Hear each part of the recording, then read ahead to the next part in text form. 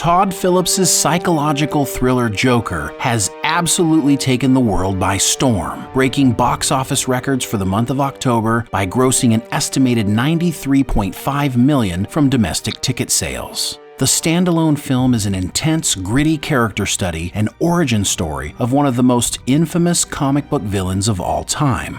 But with Warner Brothers already deep into a commitment with Matt Reeves, the mind behind Cloverfield and Dawn of the Planet of the Apes, to create a new Batman franchise, are you afraid? What will the success of Joker mean moving forward?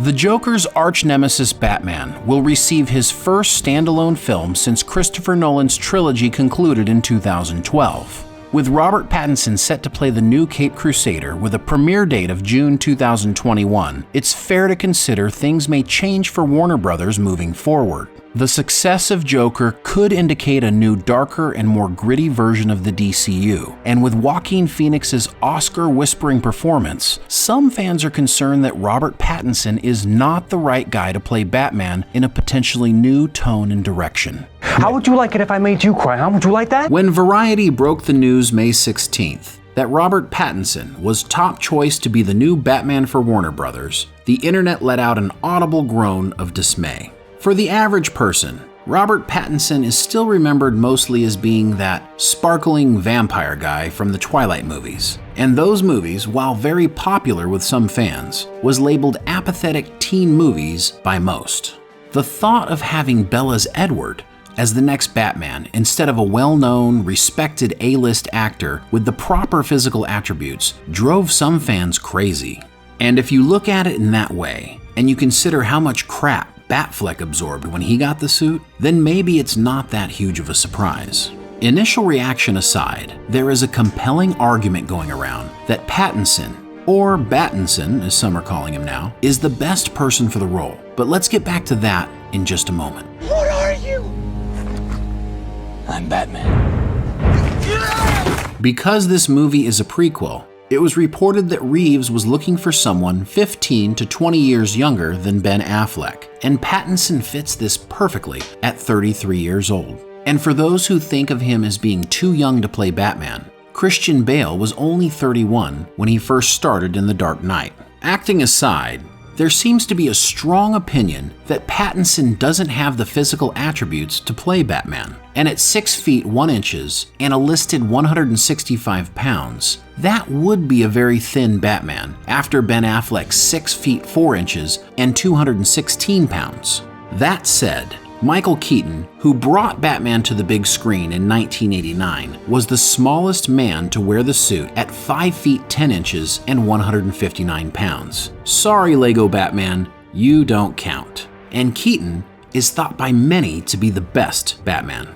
In that case, Robert Pattinson has more than enough physicality to make the role work. In fact, Pattinson is taller than any other actor to play Batman on the big screen after Affleck, with Christian Bale and Val Kilmer both at 6 feet and George Clooney at 5 feet 11 inches. With Pattinson's frame, there's no reason he couldn't bulk up to Bale's 180 pounds, or possibly even Kilmer's 205 pounds. The bottom line is Pattinson has the physical attributes to play the role. And check out that chin.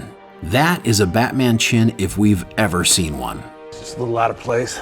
The new sleuthy direction for Matt Reeves' film may make the transition of actors easier for fans. Batman is supposed to be the world's greatest detective, and we've been more likely to see Batman surprising criminals as opposed to see how he knew what they were up to. So this may be a point in Pattinson's favor as he transitions into the action movie genre. So back to the earlier point about whether Pattinson has the acting chops to play Batman. Many people will bring up his role in Twilight and give a unified meh. But the truth is, the Twilight movies ended in 2012, and since then, Pattinson went the route of art house and independent films to reinvent himself. His transformation from brooding and aloof vampire to a Bronx-born criminal with a special needs brother in Good Time, and now most recently an insane lighthouse keeper opposite legend Willem Dafoe, is complete. These movies and others like The Rover, Damsel,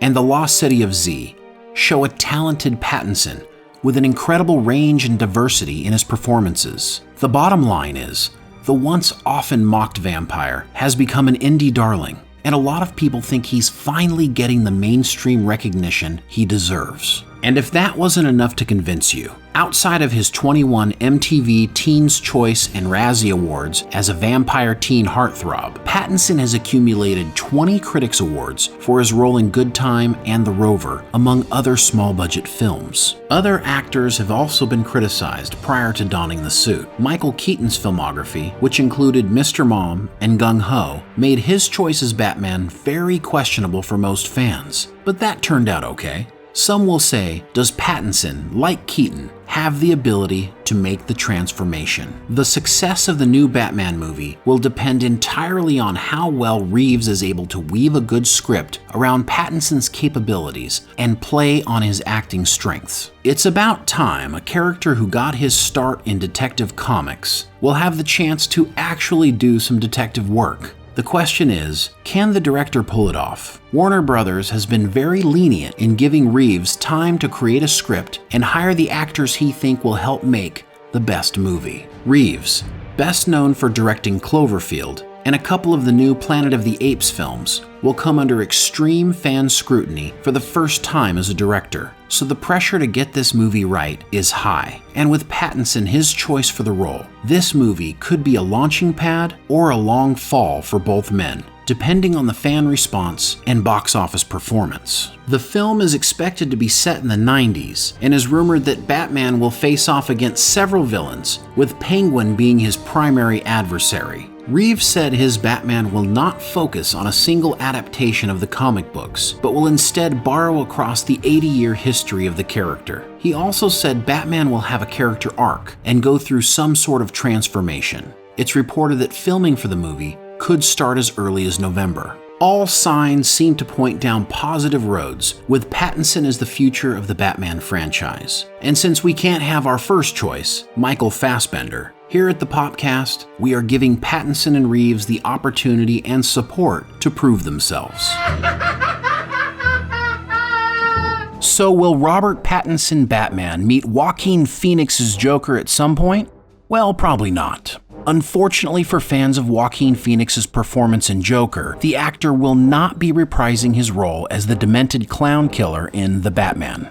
During an interview with IGN, Phillips explained that Joker is set during an alternate time period where Batman doesn't exist yet. Even though he was interested in who Bruce Wayne would have grown up to be in the Joker universe, Todd Phillips gave a very clear, direct response when Variety asked if both actors would appear in a Batman movie together. No, definitely not, he said.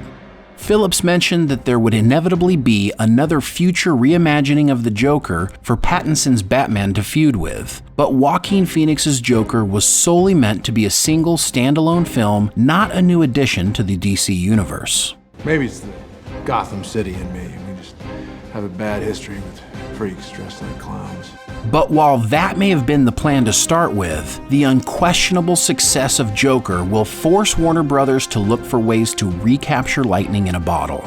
As Todd Phillips mentioned, there are still plenty of opportunities for Robert Pattinson's Batman to confront his infamous nemesis, the Joker, in future installments of the new upcoming Batman franchise. In the meantime, The Dark Knight will have enough crime to worry about stopping without the addition of a psychotic clown's antics. The young Batman is reportedly facing famous DC supervillains like Catwoman, the Riddler, and more in the upcoming movie.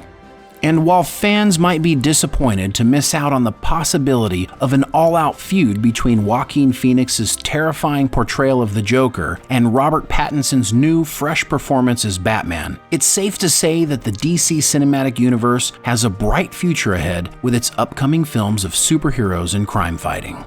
So don't worry, Batman fans. Robert Pattinson's Batman will have to face his #1 clownish adversary in one of his upcoming Batman installments, even if the devious Joker is portrayed by someone other than Joaquin Phoenix. Are you sweet talking me? If you like this video, please smash that like button. And if you are new to our channel, consider subscribing and hitting the notification button for our next round of honest pop culture. Also, Visit us at patreon.com/popcastguys or subscribestar.com/thepopcast and support the channel. We'd like to thank our sponsor for this video, mixtees.com. They have the nerdy couture you were looking for. Use coupon code THEPOPCAST to get 20% off everything on the site. And until next time, may all your entertainment curiosities become Popcast videos.